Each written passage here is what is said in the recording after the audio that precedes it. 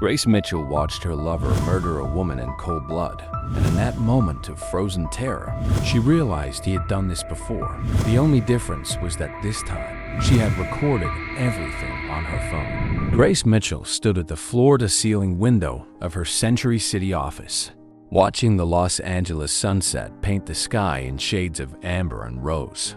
Her manicured fingers traced invisible patterns on the cool glass as she contemplated her reflection, a successful woman in her tailored Chanel suit. Yet behind her polished exterior lurked a growing restlessness she couldn't quite name. Her phone buzzed with a text from James. Tonight, the usual place. 8 p.m. Her heart quickened, a familiar mixture of excitement and guilt washing over her. 3 months into their affair, and still every message felt like a small explosion in her carefully ordered world. The door to her office opened, and her assistant Catherine poked her head in. "Mrs. Mitchell, your husband is on line 1. He says it's important." Grace's reflection flinched slightly before she smoothed her expression. "Thank you, Catherine." She waited until the door clicked shut before picking up the phone. "Michael, is everything all right? Just wanted to remind you about dinner with the Hendersons tonight." Her husband's warm voice came through the line. "I know how busy you get with work sometimes." The dinner she'd completely forgotten about. The dinner that would now need to be canceled because of her plans with James. "Oh, honey, I'm so sorry."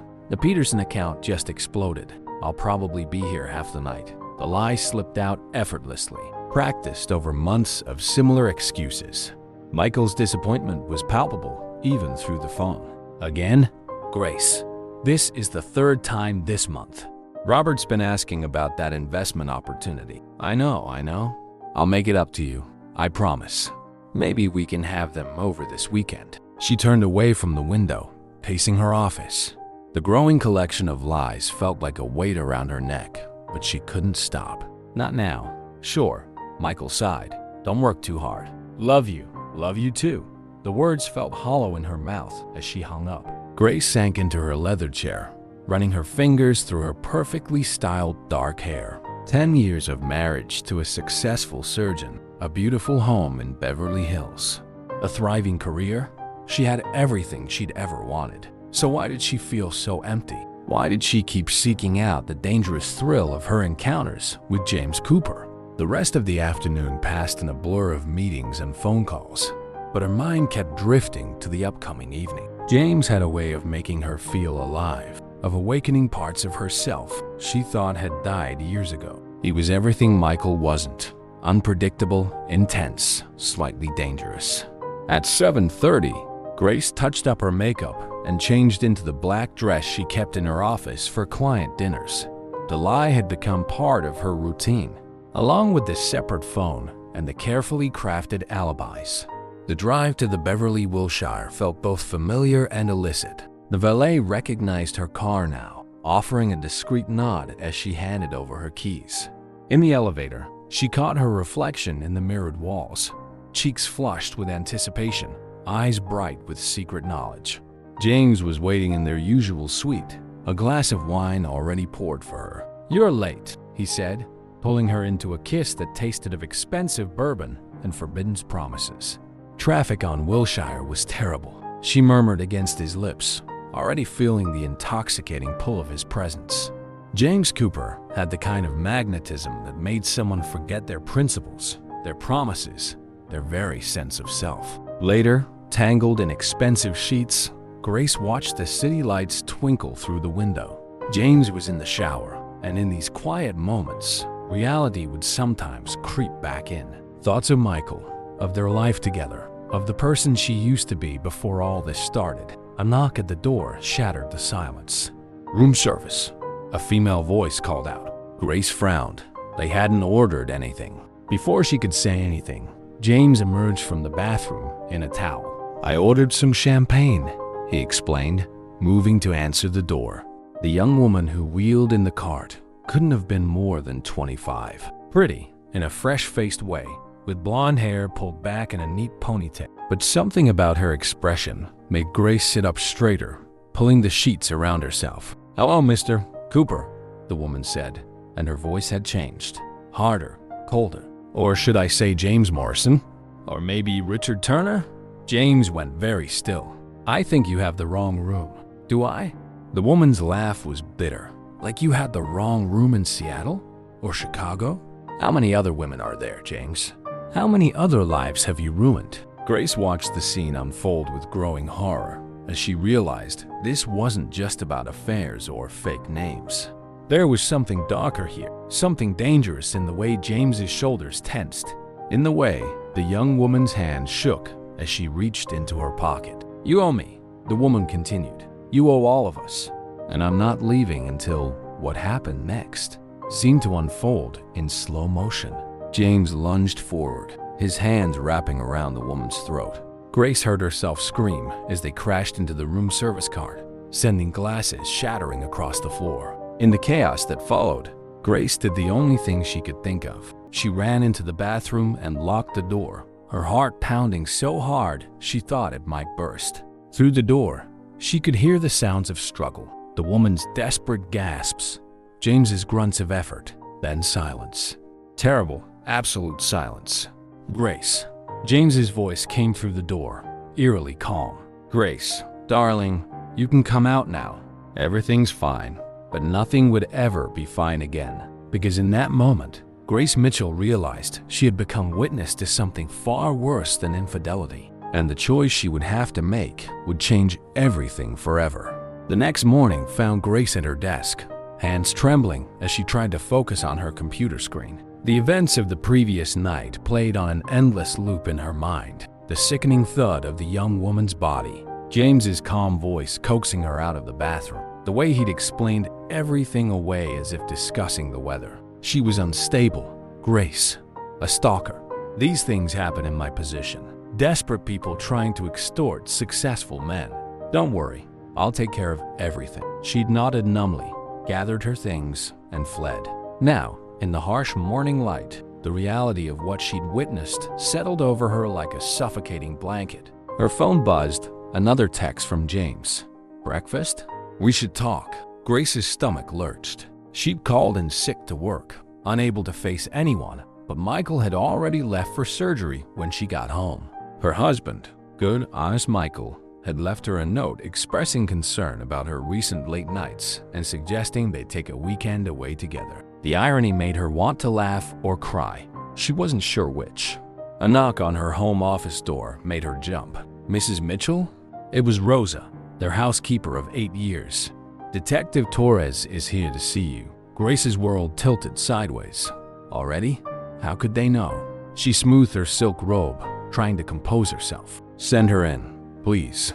Detective Sarah Torres was not what Grace expected. Instead of the hardened, cynical cop she'd imagined, Torres was a striking woman in her 40s with intelligent eyes and an air of quiet competence. She declined Grace's offer of coffee and got straight to the point. "Mrs. Mitchell, we're investigating an incident at the Beverly Wilshire Hotel last night.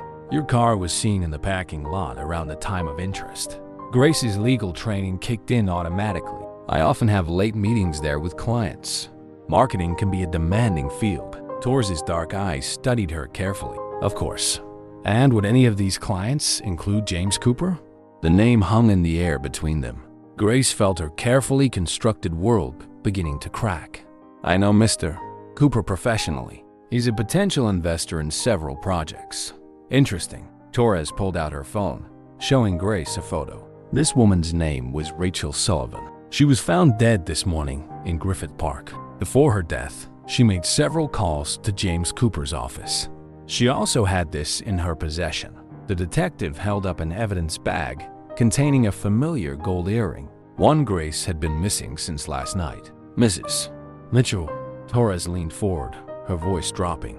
"I think you and I need to have a very honest conversation about James Cooper." Grace stared at the earring, remembering how James had insisted on searching the hotel room before they left, his methodical movements now taking on a sinister new meaning. She thought about Michael, about their life together, about the careful walls she built around her indiscretions. "I need a lawyer," she whispered. "You need protection," Torres countered. Rachel Sullivan isn't the first woman connected to James Cooper who's met an unfortunate end, but she might be the last. If someone is willing to tell the truth. Grace's phone buzzed again.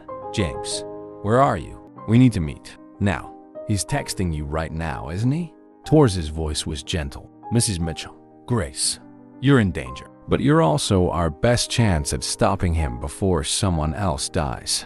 Through the window, Grace could see her perfectly manicured backyard, the life she'd built with such careful precision. She thought about Rachel Sullivan's face, about her desperate accusations, about the terrible sounds she'd heard through that bathroom door. If I help you, she said slowly, what happens to my life? My marriage? I can't promise you won't lose things, Torres admitted. But right now, we're talking about saving lives, including possibly your own. Grace's phone buzzed a third time. James again. Don't do anything stupid, darling. Remember, we're in this together now. She looked up at Torres, something hardening in her chest. What do you need to know? What followed was 2 hours of careful questioning, of Grace laying out the sordid details of her affair with James Cooper. She told Torres everything, how they'd met at a charity gala 6 months ago, how his intensity had drawn her in, how the occasional meetings had turned into regular rendezvous at the Beverly Wilshire. Did he ever mention other women? Other cities? Torres asked, taking careful notes. He traveled a lot. Chicago, Seattle, New York. Sometimes he'd mention business associates, women who'd misunderstood their relationships. Grace's voice caught. Oh God, were they all like Rachel? We've identified at least 3 suspicious deaths in cities where Cooper conducted business. But proving it, Torres shook her head. That's where you come in. He'll kill me, Grace whispered. If he even suspects I'm talking to you, we can protect you, Torres assured her. But we need evidence. Something concrete that puts him with Rachel Sullivan last night?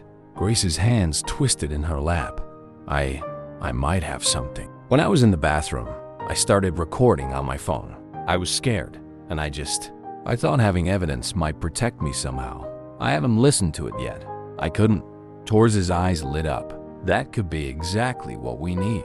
But Grace, you need to understand, if you help us, everything comes out. The affair, the lies, all of it. Grace looked down at her wedding ring, thinking of Michael's face, his unwavering trust in her. The truth would destroy him, destroy everything they built together. But staying silent would destroy something even more fundamental, her humanity. Her phone buzzed again, James's threats becoming more explicit. Remember, darling, secrets have a way of destroying everyone involved. Don't test me. Single quotes looking up at Torres. Grace made her decision. I'll help you, whatever it takes. But first, I need to tell my husband the truth. He deserves to hear it from me. Torres nodded, understanding in her eyes. I'll have officers watching the house. Don't go anywhere alone. And Grace, thank you. You're doing the right thing. As the detective left, Grace stood at her window, watching Torres's car pull away. In the distance, she could see the Hollywood Hills where Rachel Sullivan's body had been found. Someone's daughter, someone's friend, someone who trusted the wrong man and paid with her life. I'm sorry, Grace whispered to Rachel's memory. I'm so sorry, but I promise you, he won't get away with this. The hardest conversation of Grace's life took place in their sun-drenched kitchen that evening. Michael stood by the marble island, still in his surgical scrubs, his face growing more ashen with each revelation. Grace forced herself to maintain eye contact as she confessed everything. The affair, the murder she'd witnessed, her cooperation with the police. How long? Michael's voice was barely audible. How long have you been sleeping with him? 3 months. Grace gripped the edge of the counter, knuckles white. Michael, I held up a hand, the surgeon's steady hands now trembling slightly. Just don't tell me you're sorry. Don't tell me it meant nothing. Don't tell me any of the cliches I've heard from patients' cheating spouses over the years. The silence that followed was deafening. Outside, an unmarked police car sat watchfully. Detective Torres's promise of protection, a cold comfort in the face of her husband's devastation. I need to know one thing, Michael finally said, his voice clinical, detached. Did you come clean because of what happened to that woman? Or because you got caught? The question hit Grace like a physical blow. Her response was cut short by the sharp ring of the doorbell. Through the kitchen window, Grace saw James Cooper standing on their front porch, immaculate in a tailored suit, wearing the same charming smile that had first drawn her in. "Mrs. Mitchell?" Rosa called nervously from the foyer. "Mr. Cooper is here. He says it's urgent." Michael's eyes met Grace's, and for the first time, she saw something other than hurt, that fear. He moved quickly to the kitchen drawer where they kept a small handgun, a precaution from a break-in years ago. "Call Torres," he whispered, pressing the gun into Grace's hands. "I'll stall him." Michael nodded, but he was already moving toward the foyer, his doctor's composure sliding into place. Grace fumbled with her phone, fingers shaking as she dialed Torres' number. "He's here," she whispered when the detective answered. "At my house. Right now. We're 3 minutes out," Torres responded sharply. "Do not engage. Get somewhere safe and wait for us."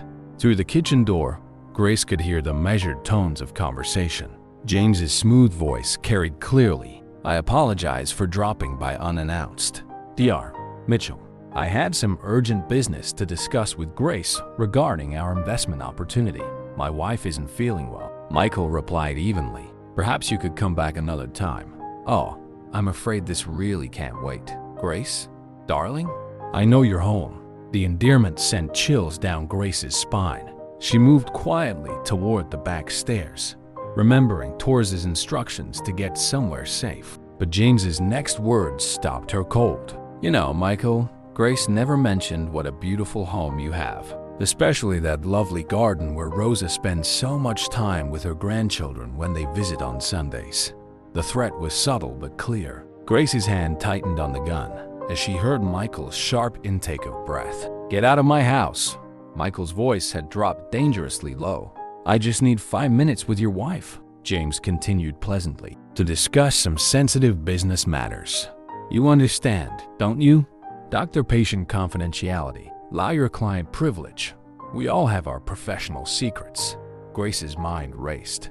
The recording from last night was upstairs in her bedroom safe. If James was here, it meant he suspected she had evidence. Her gaze fell on Rosa, who stood frozen in the kitchen doorway, eyes wide with fear. "Rosa," Grace whispered, "take the back door. Go to your daughter's house. Now." The housekeeper nodded, her rosary clicking softly as she slipped out the kitchen's rear entrance. In the foyer, the confrontation continued. "I won't ask again," Michael was saying. "Leave or I'm calling the police." James's laugh sent ice through Grace's veins. But we both know they're already on their way, don't we?" Grace made sure of that, just like she made sure to record our little incident last night. The sound of breaking glass shattered the tension. James had pushed past Michael into the house. Grace raised the gun, her legal training screaming about castle doctrine and justifiable force. But her hands were shaking too badly to aim. "Grace." James's voice was closer now, all pretense of charm gone. "We need to talk about Rachel, about Seattle, about all the loose ends that need tying up." Michael appeared in the kitchen doorway, blood trickling from a cut on his forehead where James had shoved him into the wall. His eyes locked with Grace's, and in that moment, a lifetime of trust and love passed between them. Damaged, perhaps, but not destroyed. "Run," he mouthed silently. Instead, Grace stepped into view, the gun steady now in her hands. "It's over, James. I have the recording. The police are coming. Rachel Sullivan was the last woman you'll ever hurt." Single quotes. James's handsome face twisted into something ugly. "Oh, darling, you really think a jury will believe the word of an adulteress? A woman who betrayed her husband? Who watched a murder and said nothing until she got caught? They'll believe this," Grace said, pulling out her phone. She pressed play, and Rachel Sullivan's final moments filled the kitchen. Her accusations, the sounds of struggle, James's cold voice afterward, explaining how he would take care of everything. James moved with shocking speed, but Michael was faster. As James lunged for Grace, Michael tackled him from behind. They crashed into the kitchen island, sending a knife block crashing to the floor. Grace screamed as she saw James reach for one of the fallen knives. The next few seconds seemed to unfold in slow motion. James rising with the knife, Michael trying to wrestle it away, Grace's finger tightening on the trigger. The gunshot was deafening in the enclosed space. Time seemed to fragment in the aftermath of the gunshot. Grace watched, horrified, as James staggered backward, a crimson stain blooming across his expensive white shirt. The knife clattered to the floor as he slumped against the kitchen island, his expression a mixture of shock and fury. "You stupid bitch," he gasped, pressing his hand to the wound in his shoulder. "You have no idea what you've done." The sound of sirens filled the air, growing closer. Michael had already shifted into doctor mode, his personal feelings temporarily set aside as he assessed James's injury with clinical precision. "Through and through," he announced, applying pressure to the wound. "You'll live." Unfortunately, Detective Torres burst through the door moments later, gun drawn, followed by a team of officers. The kitchen quickly filled with controlled chaos. Evidence technicians, paramedics, uniformed police securing the scene. Grace found herself giving her statement in a daze, the gun now safely in police possession. "You did what you had to do," Torres assured her, as they watched the paramedics load James into an ambulance. "He had a weapon. He was threatening you in your home." It's a clean shoot, but Grace barely heard her. She was watching Michael, who stood giving his own statement to another detective. Her husband's surgical scrubs were stained with James's blood, his face set in lines of exhaustion and something deeper, a profound sadness that cut Grace to her core. The next 24 hours passed in a blur of police interviews, lawyer consultations, and media trucks parked outside their gate. The story broke quickly. Prominent businessman James Cooper arrested for murder, linked to multiple suspicious deaths across the country. Grace's name was kept out of the initial reports, but she knew it was only a matter of time. "We found Rachel Sullivan's phone," Torres informed her during one of their many interviews. She'd been gathering evidence against Cooper for months. Bank records, hotel receipts, photos. She wasn't just his victim. She was building a case.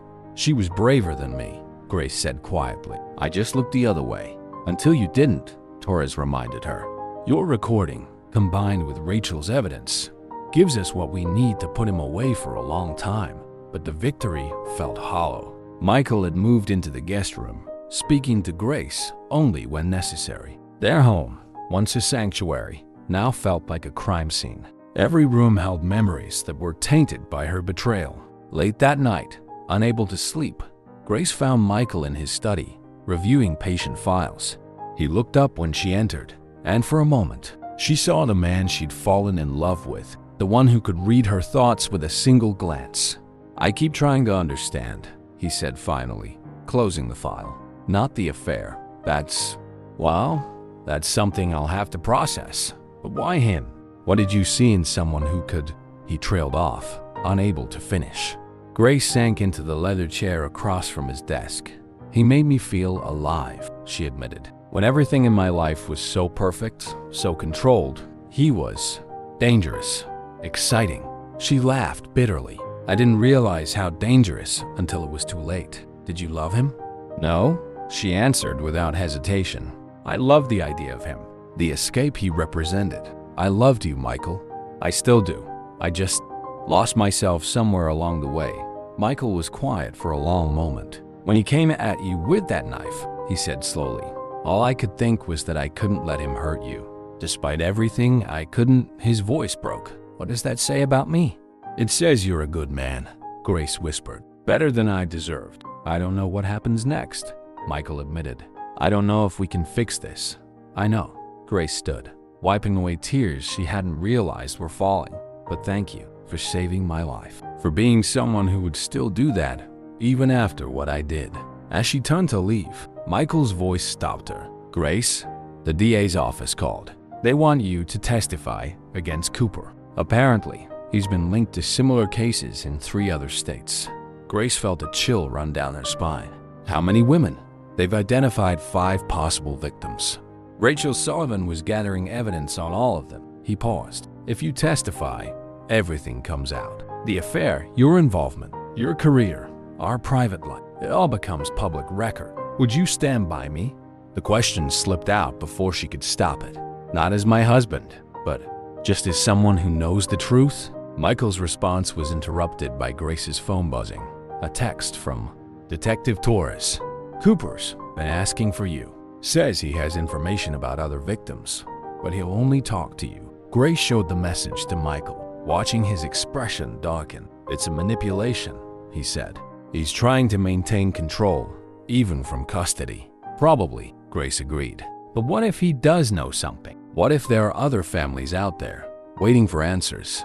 The weight of the decision settled over them both. Grace thought about Rachel Sullivan, about the other women who had crossed James Cooper's path. She thought about the life she'd built, the reputation she'd cultivated, and how quickly it could all crumble. But mostly, she thought about the woman she'd been before all this. Someone who prided herself on doing the right thing, even when it was hard. Someone worthy of a man like Michael Mitchell. I'll testify, she said finally, whatever it costs me. Those women deserve justice. Michael nodded slowly, and in his eyes, Grace saw a glimmer of something that might have been respect. It wasn't forgiveness.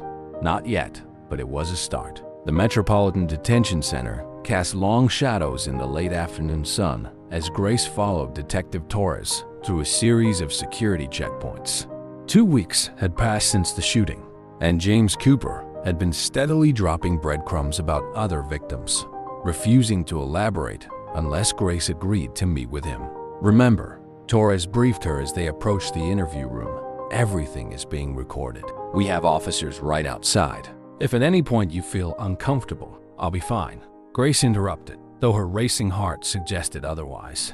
She'd chosen her outfit carefully, a severe black pantsuit that bore no resemblance to the feminine dresses she'd worn during their affair. Her wedding ring was conspicuously absent, not out of respect for James, but because Michael had asked for space to think. James looked smaller somehow in his orange jumpsuit, his customary polish dulled by institutional lighting, but his eyes still held that magnetic intensity as they tracked her every movement. "Grace," he smiled, raising his cuffed hands in greeting. "You're looking well, all things considered." Grace sat across from him, maintaining eye contact. "I'm not here for small talk, James. You said you had information about other victims. So businesslike," he chided. "What happened to the woman who used to tremble at my touch? Who begged for 8 women?" Grace cut him off. "That's what the FBI thinks. 8 women who crossed your path and then disappeared. Rachel Sullivan was gathering evidence on 5 of them. Where are the other 3? James leaned back, studying her with almost clinical interest. "You've changed. Prison has that effect on people, even those on the outside. How's Michael handling everything? The media attention can't be good for his practice." Grace's jaw tightened. The press had been relentless since the story broke. Affairs and murder made for irresistible headlines. Michael had taken a leave of absence from the hospital, retreating to their beach house in Malibu. The women, James, that's all I'm here to discuss. But you're not here just for them, are you? He leaned forward, lowering his voice.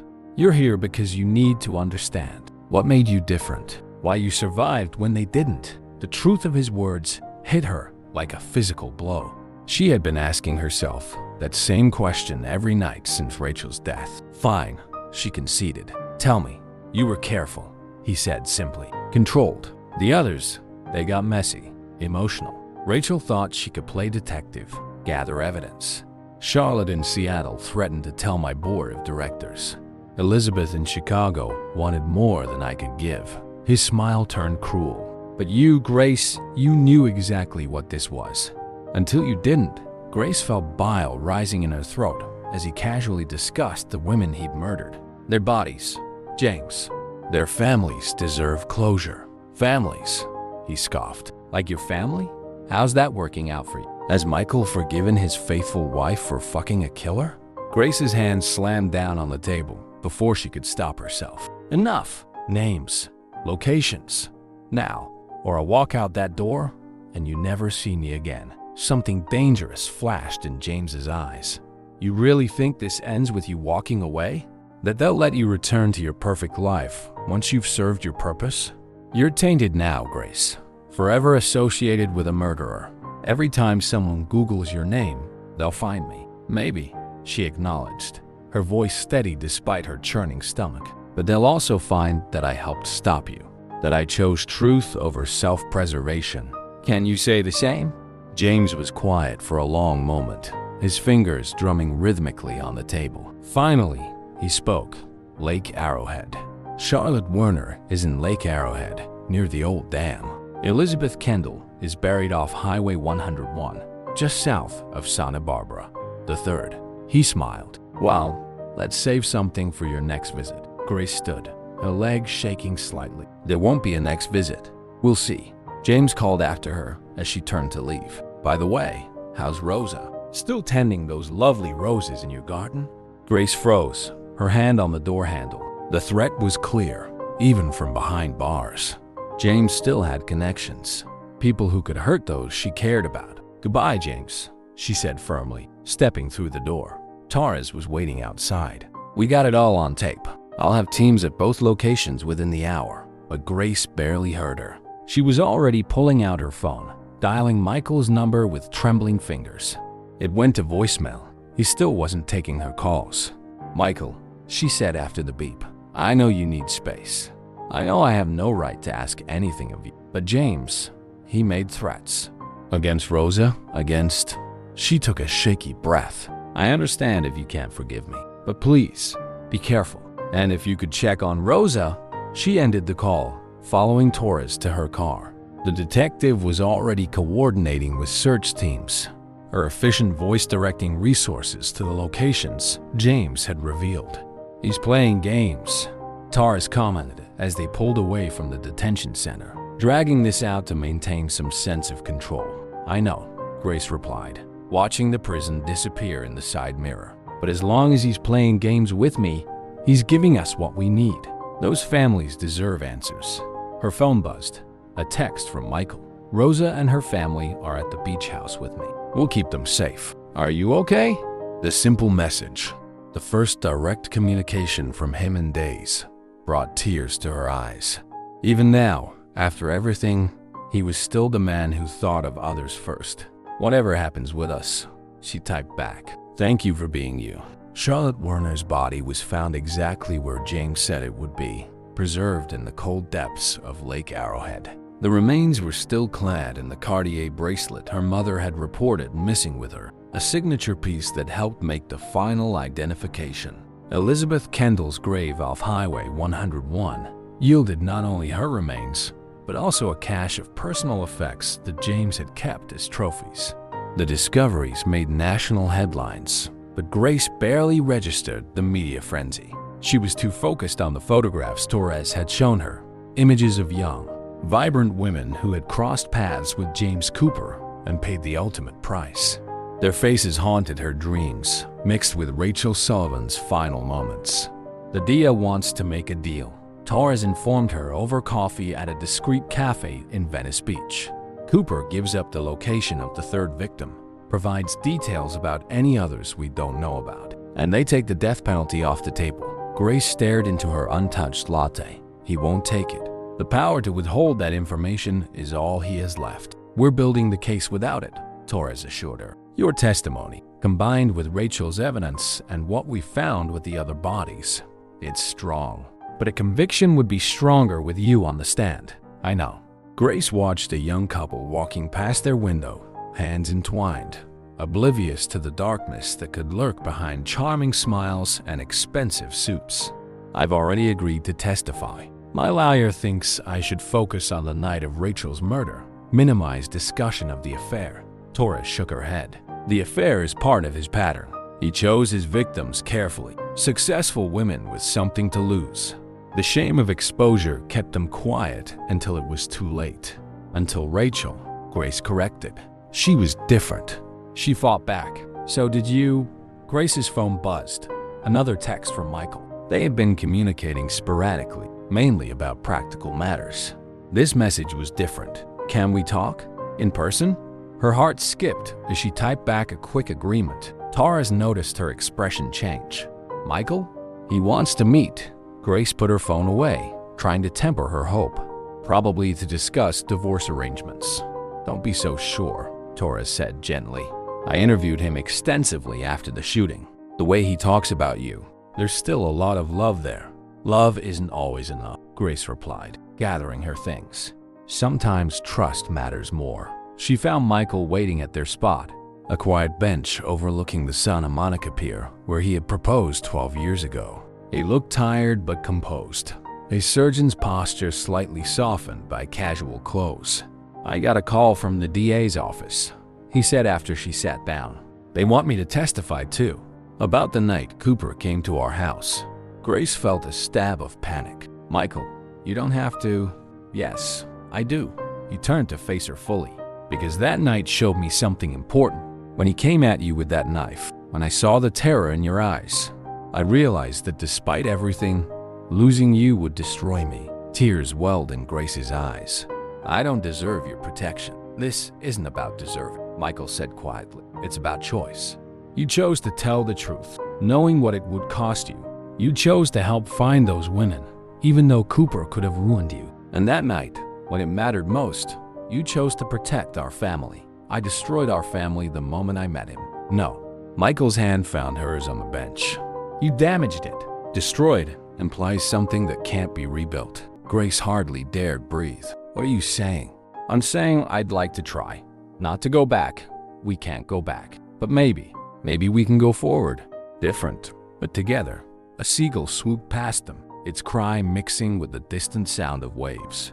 Grace thought about James Cooper, about how he had sought to destroy everything pure in his path. But here, in this moment, she felt something he could never understand, the possibility of redemption. "I'm in therapy," she said finally, "trying to understand why I did what I did, why I let him in." Michael nodded. "I know. Rosa told me. She's very protective of you, by the way. Says everyone deserves a second chance if they're truly sorry. Wise woman. She also says the Roses miss you." The simple statement broke something in Grace's chest. She began to cry, real, cleansing tears that had been building for weeks. Michael's arm came around her shoulders, hesitant at first, then more certain. "We take it slow," he said softly. "Complete honesty. No secrets. And we both get therapy, together and separately." Grace nodded against his shoulder. "The trial, we'll face it together. Whatever comes out, whatever people say, we deal with it as a team." The weeks leading up to the trial transformed Grace's life into a careful ballet of legal preparation. Therapy sessions and tentative steps toward reconciliation with Michael. They had agreed to attend couples counseling while maintaining separate bedrooms, rebuilding their relationship from the ground up. The media attention had intensified as more details about James Cooper's victims emerged. Charlotte Werner's mother had given a heart-wrenching interview about her daughter's dreams of opening her own gallery. Elizabeth Kendall's sister had shared journals detailing her relationship with James, the patterns matching Grace's experience with chilling accuracy. "The defense will try to discredit you," Grace's lawyer, Patricia Chun, warned during a preparation session. "They'll paint you as a willing accomplice who turned on Cooper to save herself. Are you prepared for that?" Grace sat in Patricia's office, surrounded by case files and crime scene photos. "I'm prepared for anything. I owe it to Rachel and the others. They'll ask about the affair in explicit detail," Patricia continued. "Every meeting, every lie you told Michael. Cooper's lawyers will try to make you look like a calculating adulteress rather than a witness to murder.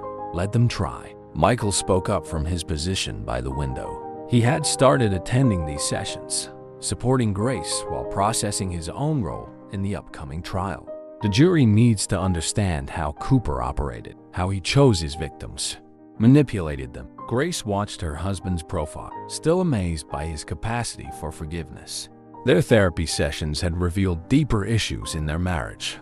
Her feelings of being trapped in perfection, his workaholic tendencies that had left her emotionally isolated. They were learning to communicate in ways they never had before. A knock at the door interrupted them.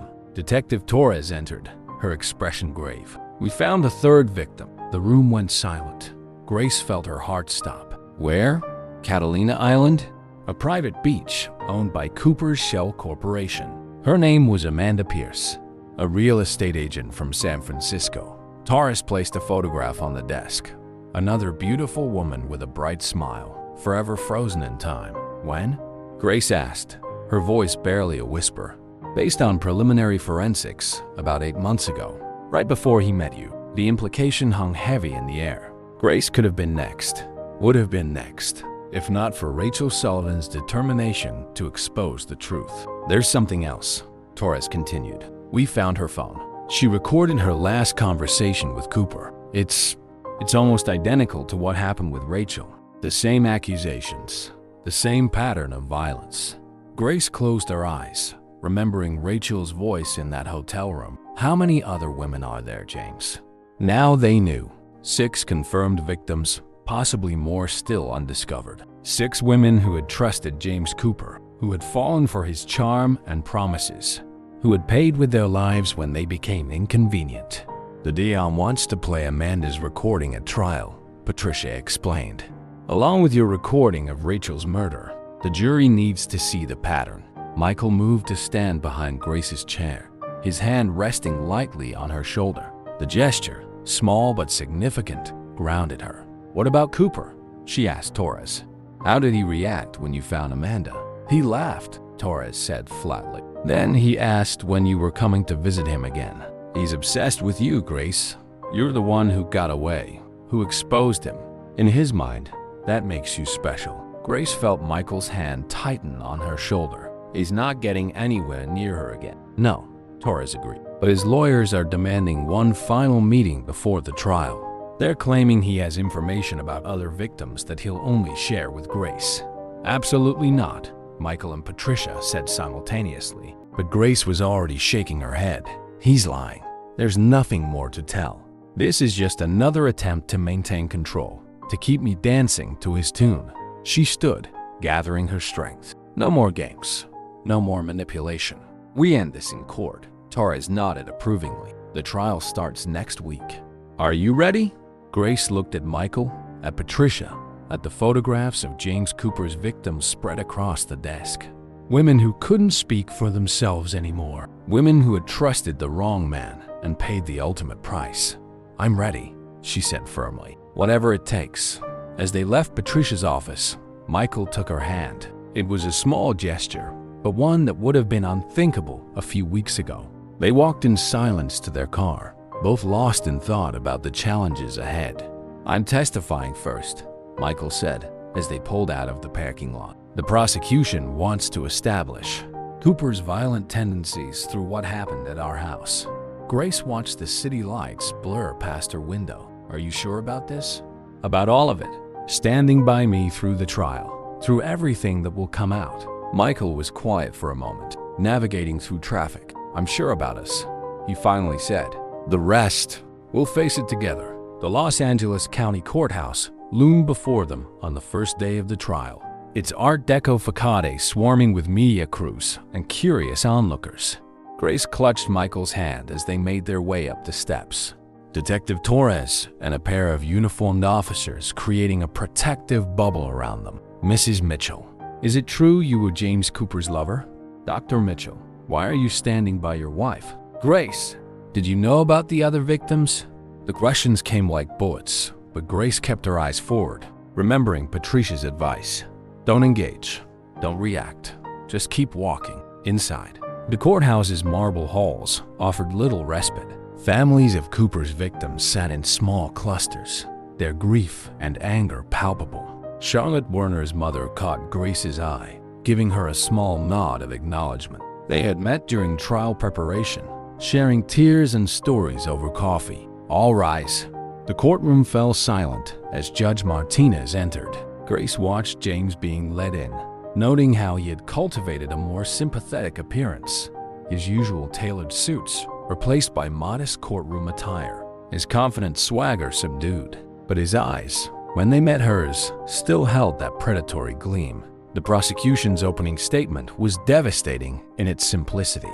Lady Sarah Reynolds laid out the pattern of manipulation, violence, and murder that had characterized James Cooper's relationships.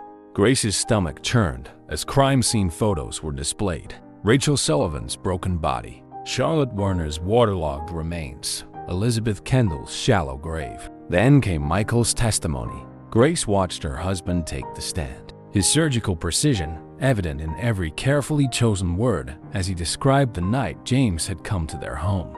He threatened our housekeeper's family, Michael said, his voice steady. Used his knowledge of their routine to make it clear he could hurt them at any time. And how did the defendant appear during these threats? Ada Reynolds asked. calm, pleasant, even, like he was discussing the weather rather than threatening to kill innocent people. James's lawyer, Richard Blackwood, rose for cross-examination. "Dr. Mitchell, isn't it true that your wife was having an affair with my client? That she had repeatedly lied to you and betrayed your trust?" Objection. Reynolds called. "Relevance goes to witness bias, Your Honor. I'll allow it, but tread carefully, Mr. Blackwood." Michael's response was measured. "Yes, my wife had an affair with Mr. Cooper. She has been completely truthful about that, both with me and with this court. But that doesn't change what I saw that night. A violent man threatening to harm innocent people." Grace felt tears pricking her eyes at Michael's composed defense of her, even while acknowledging her betrayal. The prosecution's case built methodically over the next 3 days. Forensic experts detailed the similarities between each murder. Financial investigators traced Cooper's movements between cities. Rachel Sullivan's meticulous research was presented, showing how she had connected the dots between missing women. Then came the recordings. The courtroom fell silent as Amanda Pierce's final moments played through the speakers. Her voice, terrified but defiant, echoed Grace's own experience. "You can't keep doing this, James. You can't keep hurting women who trust you." The sound of violence that followed made several jurors flinch.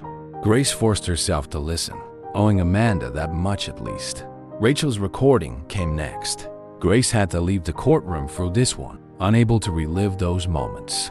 She found herself in the bathroom, splashing cold water on her face when Charlotte Werner's mother entered. "It's not your fault," the older woman said quietly. "What happened to them?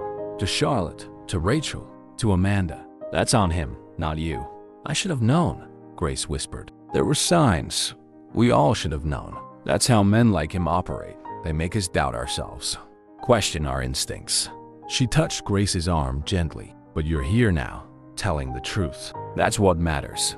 When Grace returned to the courtroom, it was time for Detective Torres's testimony. The detective methodically laid out the investigation, her quiet competence lending weight to each piece of evidence. "In your professional opinion," Ada Reynolds asked, "how does Mar. Cooper's pattern of behavior compare to other cases you've investigated?" Objection. Calls for speculation. "I'll rephrase," Reynolds smoothly countered. "Detective Torres, based on your experience and training, what patterns did you observe in this case?" Torres leaned forward slightly. "M.R. Cooper selected victims who had something to lose, successful women, whose reputations would be damaged by revealing their relationship with him. He used that leverage to maintain control, escalating to violence when they threatened to expose him. And Mrs. Mitchell? How does she fit this pattern?" "She was to be his next victim," Torres stated firmly. "The timing, the pattern of manipulation, the escalating control, everything points to it." But Rachel Sullivan's actions changed that trajectory. Grace felt James's eyes on her, but refused to look his way. Tomorrow would be her turn on the stand, her chance to help ensure he never hurt another woman again. Michael's hand found hers under the table, squeezing gently. Together, they would face whatever came next together. The morning of Grace's testimony dawned clear and cold. She had barely slept, spending hours rehearsing her statement with Patricia, while Michael dozed on their living room couch, unwilling to leave her alone with her anxiety. "Remember," Patricia advised as they waited outside the courtroom, "Cooper feeds on emotional reactions. Stay calm, stay focused. Don't let him provoke you." Grace nodded, smoothing her charcoal gray suit, a deliberate choice, serious and understated. Through the doors, she could hear the bailiff calling the court to order. Michael kissed her cheek before joining the spectators, his presence a steady anchor in the storm. "Please state your name for the record." "Grace Elizabeth Mitchell." "And how do you know the defendant, James Cooper?" Grace took a measured breath, looking directly at the jury rather than at James. "I met Mr. Cooper at a charity fundraiser in March of last year. We began an affair that lasted approximately 3 months, ending the night Rachel Sullivan was murdered. The next hour passed in a careful recounting of her relationship with James, the initial attraction, the pattern of meetings, the gradual awareness of his darker nature." Grace forced herself to acknowledge every detail, every lie she'd told Michael, every red flag she'd ignored. "Tell us about the night of June 15th, Ada Reynolds prompted. Grace described finding Rachel in the hotel room, the accusation she'd made, James's sudden violence. Her voice remained steady as she recounted hiding in the bathroom, recording the sounds of murder on her phone. "Why did you start recording?" "I was afraid," Grace admitted, something in his eyes when Rachel confronted him. "I knew he was capable of anything. I thought if I had evidence, maybe he couldn't hurt me too." Objection. Blackwood stood. "Speculation about my client's intentions." Sustained. "The jury will disregard that last statement." But Grace saw several jurors exchange knowing looks. They had heard the recordings, seen the evidence. They understood. Blackwood's cross-examination was brutal, as expected. "Mrs. Mitchell, isn't it true that you only came forward about Rachel Sullivan's murder after you were caught?" "No," Grace replied firmly. "I came forward because it was the right thing to do. Because Rachel deserved justice, and so did all the others." "The others?" Blackwood's smile was predatory. "So you knew about Mr. Cooper's alleged previous relationships?" "No, in fact, Mrs. Mitchell, isn't it true that you were a willing participant in covering up Rachel Sullivan's death? That you only turned on my client when it became convenient?" Objection. Argumentative. Sustained. Grace gripped the witness stand, forcing herself to maintain composure. "I was afraid and ashamed. I had betrayed my husband, destroyed my marriage, and witnessed a murder. But when Detective Torres showed me the evidence Rachel had gathered, when I learned about Charlotte and Elizabeth and Amanda, I knew I had to tell the truth, no matter the cost." "The cost?" Blackwood scoffed. "You've become quite the media darling, haven't you? The brave whistleblower, the reformed adulteress. Some might say this worked out rather well for you." Grace felt anger flare in her chest, but kept her voice level. "Nothing about this has worked out well. 6 women are dead. Families are shattered. My husband has suffered public humiliation because of my choices. I live with that guilt every day." She risked a glance at James, finding him watching her with that familiar intensity. But now she saw him clearly, not the charming businessman who had seduced her, but the predator who had destroyed so many lives. "One final question, Mrs. Mitchell," Blackwood said. "If you were so afraid of my client, why did you visit him in prison?"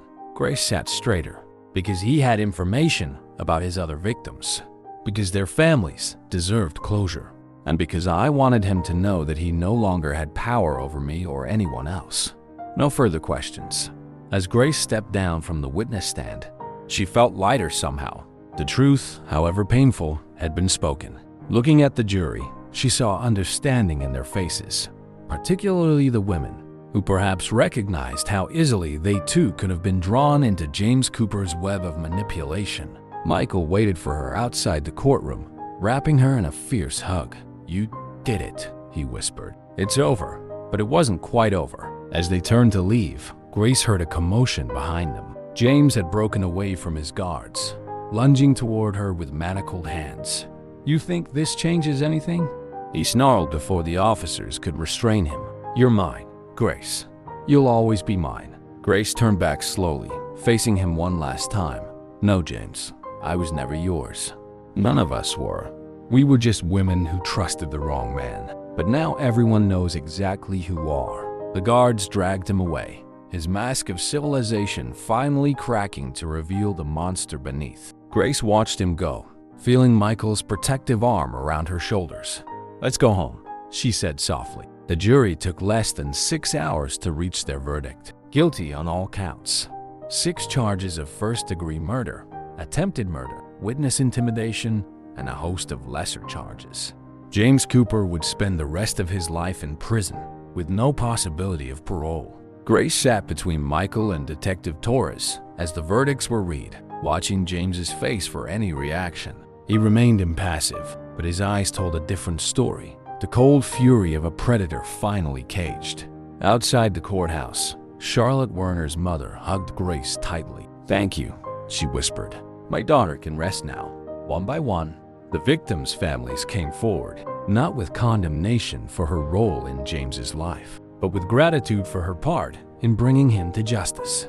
The media circus eventually died down, but the changes in Grace's life proved permanent. She left her marketing firm to start a foundation helping women recover from abusive relationships. The first donation came, surprisingly, from Michael, a gesture of support that moved her to tears. Their own relationship continued to evolve. Therapy had revealed deep truths about them both. Grace's fear of being trapped in a perfect life that felt hollow. Michael's tendency to solve problems rather than listen. They learned to communicate differently, to see each other as complete people rather than assigned roles. 6 months after the trial, Grace stood in their garden, helping Rosa tend to the roses that had somehow survived the tumultuous year. The afternoon sun cast long shadows across the lawn where Michael was setting up for a small gathering. Their first time hosting friends since everything had happened. "Mrs. Grace," Rosa said softly, "the white roses are blooming again. Like new beginnings, yes?" Grace smiled, touching one perfect bloom. "Yes, exactly like that." Single quotes, Detective Torres arrived first, bringing news that James had been transferred to a maximum security facility in Colorado. "He asked about you," she admitted. "I told him you were living your life, helping others. He didn't like that much." "Good," Grace said firmly. The nightmares still came sometimes, but they were less frequent now. In them, she no longer saw James as the charming man who had seduced her, but as the monster he truly was. Other guests arrived, close friends who had stood by them. Some of the victims' family members who had become unexpected allies in healing. Grace watched Michael moving among them, his natural warmth drawing people in. He caught her eye across the garden and smiled. Not the cautious smile of recent months, but something warmer, more genuine. Later, after the guests had gone, they sat together on the patio. The evening air was cool, carrying the scent of Rosa's roses. "I got a call from the foundation today," Grace said. 3 more women came forward about similar experiences with other men. "We're helping them get legal support, counseling." Michael nodded. "You're doing good work, turning something terrible into something meaningful." "We are," she corrected it. "I couldn't do any of this without you." He was quiet for a moment, then reached for her hand. "Move back into our bedroom," he said softly. "I miss you." Grace felt tears spring to her eyes. They had been taking things slowly, rebuilding trust step by step. This felt like a milestone. "Are you sure?" "I'm sure about us," he replied, echoing his words from months ago. "The past is the past. We've both changed, grown. I like who we are becoming." That night, lying in their bed for the first time in nearly a year, Grace thought about choices and consequences, about darkness and light, about the long path to redemption. She thought about Rachel Sullivan, whose courage had saved her life in more ways than one, about Charlotte, Elizabeth, Amanda, and the others whose stories would never be forgotten. Michael's arm draped around her waist, pulling her close. "What are you thinking about?" "Second chances," she murmured, "and how sometimes the worst moments in our lives can lead us to our best selves." He pressed a kiss to her shoulder. "You know it won't always be easy, right? We'll still have hard days." "I know," she said, "but we'll face them together. That's what matters." Outside, the city lights twinkled like stars, and somewhere in the garden, Rosa's roses continued to bloom, symbols of renewal, of growth, of life continuing even after the darkest storms. Grace Mitchell closed her eyes, finally at peace with who she had been and who she had become. The past could not be changed, but the future was still unwritten, and in that future, she would help ensure that no other woman fell prey to men like James Cooper. It wasn't redemption exactly. Some things could never be fully redeemed, but it was purpose. It was meaning. And for now, that was enough. If you enjoyed this story, we'd love for you to support us by leaving a like and subscribing to our Slices of Life channel. We'd also love to hear from you in the comments. Which city are you talking about? It's very rewarding for us to provide our followers with an enjoyable moment. We appreciate the unconditional support you show us in every story. Blessings!